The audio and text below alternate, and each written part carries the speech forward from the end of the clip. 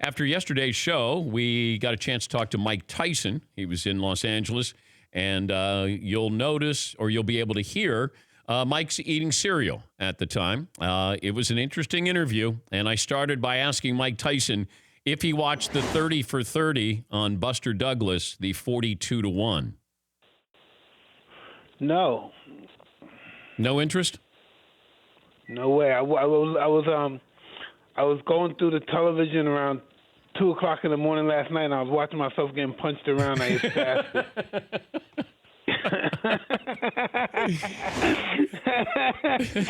So, okay, when you're watching yourself getting punched, what are you thinking about that? Does it take you back to that moment there with Buster Douglas? No, it doesn't. Not at all. Why not? It doesn't. Do you choose not to just think about it anymore? Like those fights are such a distant memory? I don't think about any of my fights. Really? They seem so old and so antiquated. But we're so fascinated with it.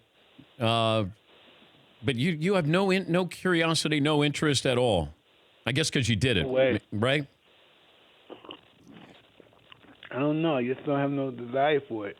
It's like a blur, like it's never happened. Okay, but can you indulge me with just what do you remember about when you were in Japan? Like the fact that they had to have it in Japan because I don't think anybody was going to take the fight here. They didn't know if anybody would show up in the United States to see it, and that's because of Buster, not you. But what do you remember about being there? I remember getting my ass kicked. When did you know you were in trouble with Buster? I don't know until it happened. Until they stopped it. I ain't know. And it's never over till it's over. But when you walked into the ring, you didn't seem like your normal presence when you walked into the ring. No, because your guys kind of beat me on that quick count, though. That was a fast count when he went down. Your guys, that long count that he had. Yeah. It kind of ripped me off on that stuff. So you think that it was definitely long? They thought maybe it was 12 or 13 seconds. Well, you know it was. You can just turn the film on and count it. Yeah.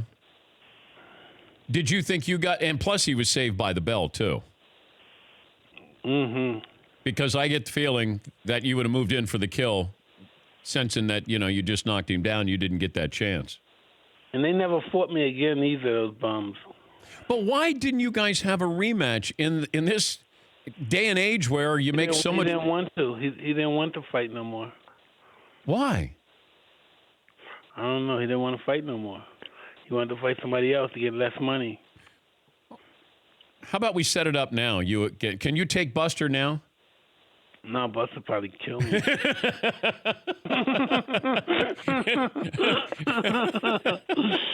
Oh, no. That would be funny, though. That'd be a funny or die where we get both you guys in there for the rematch. And you guys just lean on each other. No punches are thrown there. Do you miss throwing a punch? No, I'm happy all that stuff is over, man. Can you learn how to take a punch? I don't know, man. I just think you just got to grow up around that stuff, be in the gym. I've been in the gym since I was 12 years old with Cuss, so I've been just moving and ducking punches for a long time. So it became part of my life.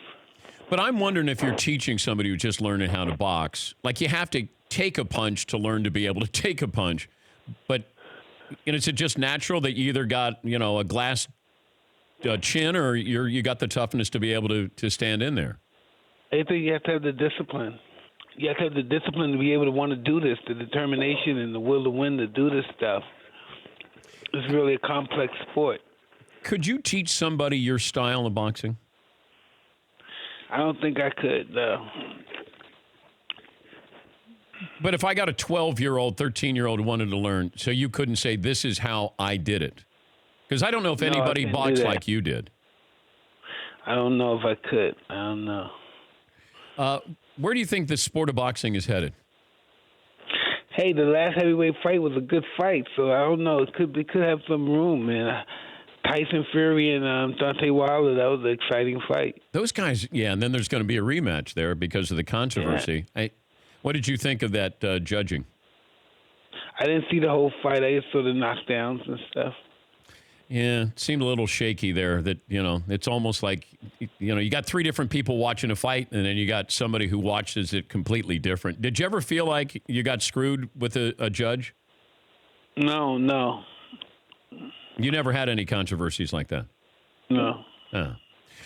What's the thing you're doing now? I mean, what I'm doing now? Yeah.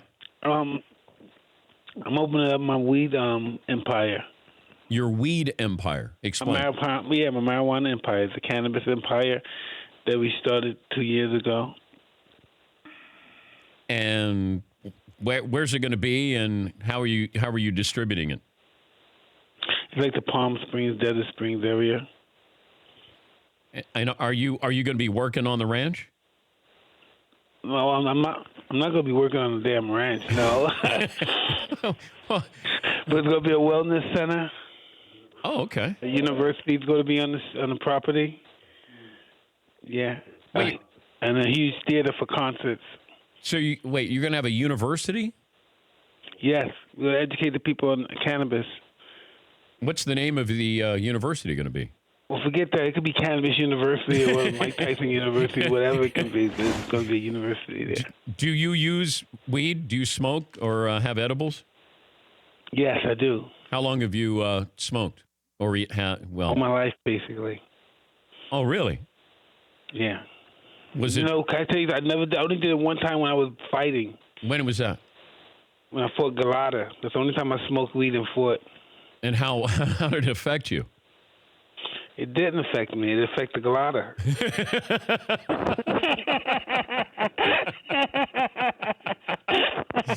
So wait, you're getting high in the locker room, and then you go out and take it out on Galata.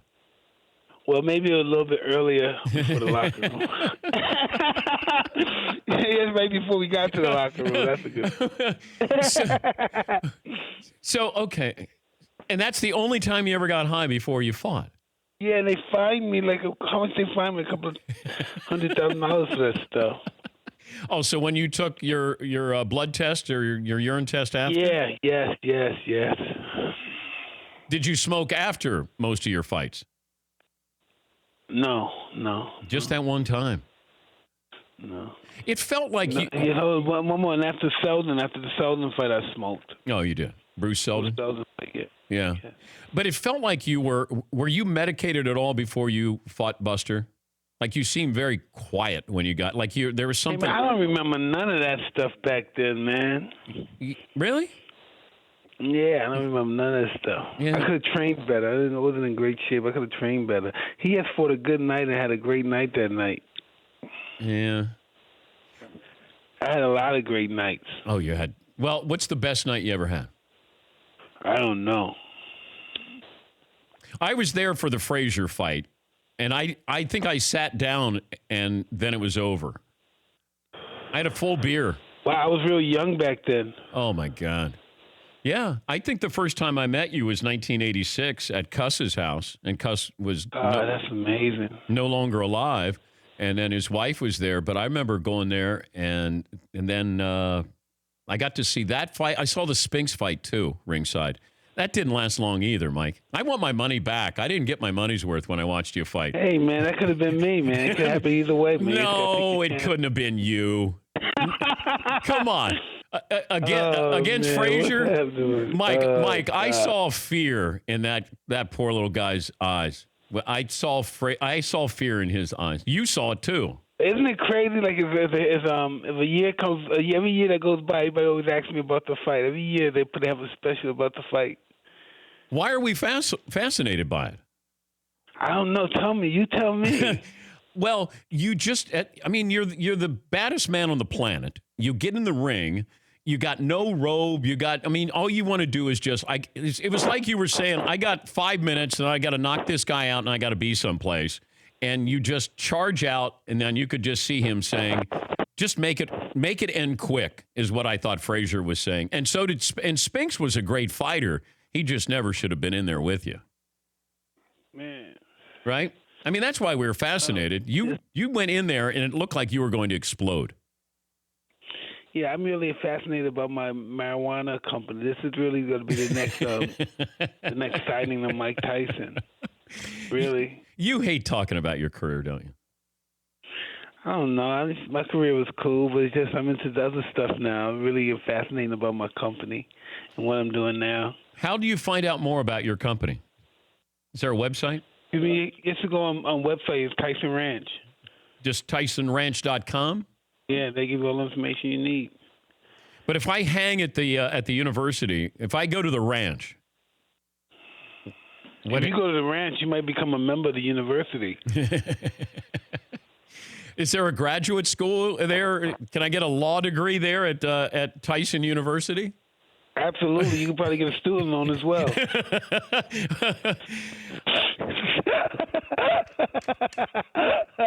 You're a goofball. You are. Oh, hey, well, good luck with this. Good luck with Tyson. Thank you, man. Tyson Ranch, and this is a message to everybody else in the media. Don't ask Mike about his boxing career. He doesn't want to talk about it anymore. There's a public service. Tyson Ranch. Just Tyson Ranch. Tyson Ranch is going to knock you out this time. What if I send Buster Douglas to Tyson Ranch? That'd be pretty awesome. He'd have the best time of his life. Yeah. And he looks after, if he has a little bit of marijuana, he's going to eat a whole lot when he gets there, too. Well, he's going to get some. He's going to get some munchies. Hey, good luck with it, Mike. Always great to talk to you. Thanks for joining us. Thank you, Dan. For more Dan Patrick Show, tune to Audience Channel 239 on DirecTV or download the Dan Patrick Show app.